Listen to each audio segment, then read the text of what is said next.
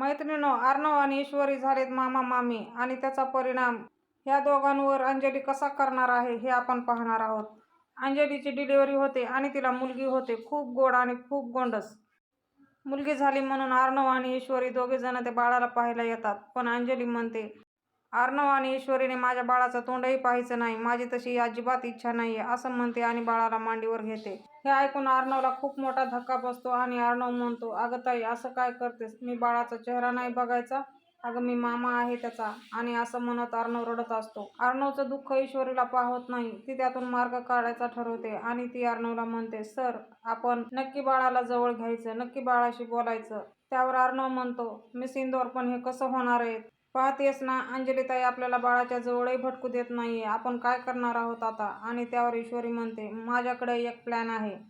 आणि अर्णव कान देऊन तिचा प्लॅन ऐकतो. ईश्वरी नर्सच्या गेटअपमध्ये तर अर्णव डॉक्टरच्या गेटअपमध्ये असतात. हे दोघंही तोंडाला मास्क लावून जिथे अंजलीची डिलिव्हरी झालेली असते त्या वॉर्डमध्ये जातात.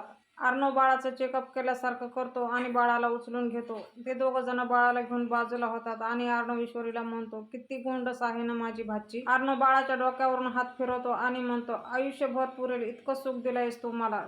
Thank you miss Indore. आणि त्यावर ईश्वरी म्हणते, अब जाके कहीं दिल को ठंडक मिली है. आणि हे सगळं आपल्याला 30 मार्च रोजी पाहायला भेटणार आहे, तेव्हा कोणीही मिस करू नका. असेच नवनवीन आणि फुल अपडेट्ससाठी आजच आपलं चॅनल सबस्क्राईब करा. बेल आयकॉन प्रेस करायला विसरू नका. व्हिडिओ आवडला असेल तर एखादं लाईक नक्कीच करा.